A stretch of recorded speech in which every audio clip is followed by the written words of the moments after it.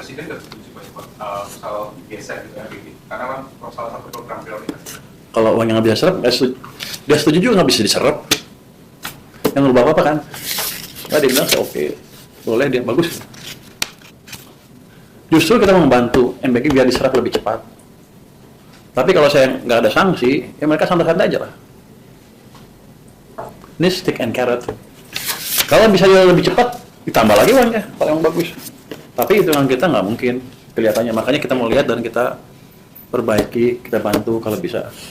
Oke, lagi? Oke, next. Makanan lagi. Bayang juga kuliah sebenarnya. Mana? Diatur semuanya. Antisipasi. Potensi pasti ada, tergantung bank ya. Cuman gini, Anda belum ngerti cara bekerjanya itu ya. Itu cuman saya punya rekening di bank. Seperti saya punya rekening di dua bank, bank A, bank B. Bank A 1.000 triliun misalnya, bank B ada 0. Yang di sini tapi yang lain nggak bisa akses, semua lain nggak bisa, perbankan nggak bisa akses. Yang di sini bisa. Yang saya lakukan cuma pindahin uang dari sini ke sini, udah. Rekening dari BI ke bank, udah. Nggak ada alokasi ke tempat khusus, nggak ada. Jadi nanti itu kalau dia mau pakai bisnis to bisnis. Jadi gini, perbankan begitu tiba-tiba punya uang kan pusing kan. Bisa tadi ceritakan.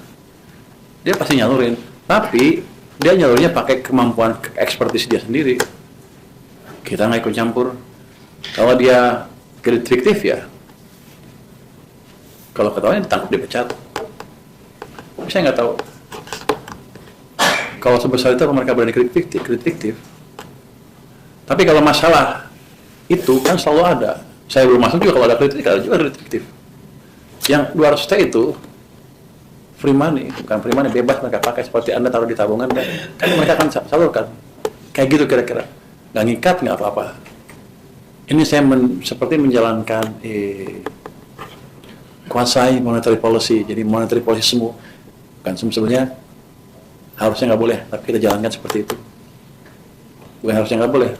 Yang kemarin salah, harusnya begini malah. Kita koreksi kebijakan kita, jangan sampai uang atau terlambat kita belanja mengganggu sistem perekonomian. Dan sudah pernah terjadi berkali-kali. Kita koreksi itu aja.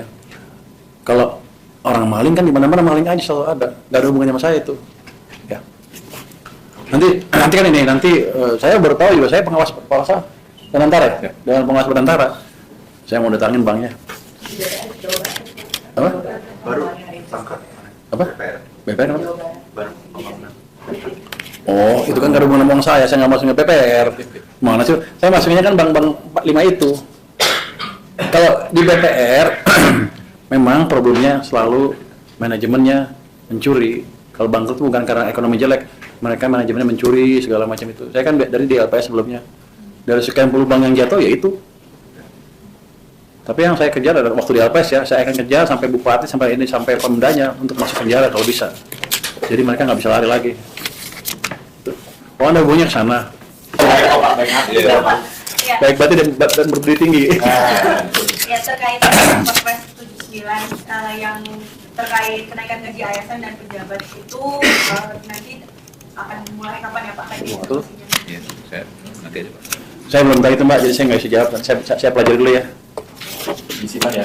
Berarti saya naik gajinya kalau gitu. Oh, boleh juga nih. Siapa anjing nih? Apa? Ya, disimpan dulu ya Mas. Saya belum tahu. Tanya lain nggak? Ada pertanyaan lain nggak? Pertanyaan lain ada nggak? Kalau nggak Bapak Menteri harus itu yang satu lagi Pak. Udah dia rajin nanya nih. Kok di sana di sini loh? Oh di saya Pak. di sana loh. Pandangan saya begini. Kalau amnesti berkali-kali, gimana jadi kredibilitas amnesti? Itu memberikan sinyal ke para pembayar pajak bahwa boleh melanggar, nanti ke depan ada amnesti lagi. Kira-kira begitu. Jadi posisi saya adalah kalau untuk itu kita optimalkan semua peraturan yang ada, kita minimalkan penggelapan pajak, harusnya sudah cukup. Kita majukan ekonomi supaya dengan tax ratio yang konstan misalnya, tax saya tumbuh, saya naik banyak. Kita fokuskan di situ dulu. Kalau tax amnesty setiap berapa tahun ya udah, nanti semuanya nyelundupin duit, 3 tahun lagi buat tax amnesty, kira-kira begitu. Jadi message-nya kurang bagus untuk saya sebagai ekonom ya, sebagai menteri boleh, ya sebagai menteri lah. Kita lihat seperti apa ke depannya. Tapi rasanya message yang kita hindari adalah gitu, setiap berapa tahun kita ngeluarin tax amnesty. Itu udah berapa? Jadi kita yang keluar? Udah. Udah 2 kan? Ya. 1, 2, nanti 3, 4, 5, 6, 7, 8, ya udah. Semuanya akan message-nya adalah kibuin aja pajaknya, nanti kita tunggu di tax amnesty. Pemutihannya di situ.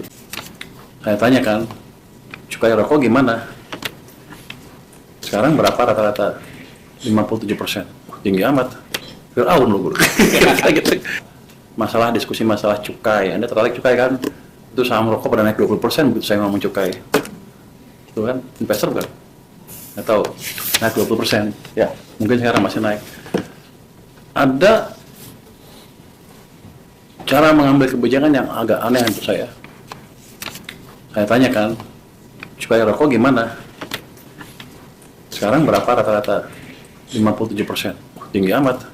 Fir'aun loh guru. Gitu. Banyak banget ini ya. Terus kalau turun gimana? Ini bukan saya turun, bukan mau turun ya, cuman diskusi. Kalau turun gimana? Kalau turun makin banyak income-nya. Loh kenapa dinaikin kalau gitu? Rupanya kebijakan itu bukan hanya income saja di belakangnya. Ada policy memang untuk mengecilkan konsumsi rokok.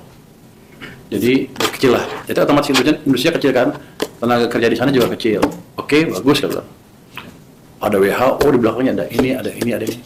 Cuman saya tanya, oke, kalau kamu desainnya untuk memperkecil industri, kan pasti udah dihitung dong berapa pengangguran yang terjadi kan? Bisa dihitung kan pasti. Makanya banyak yang dipecat kemarin kan di sana.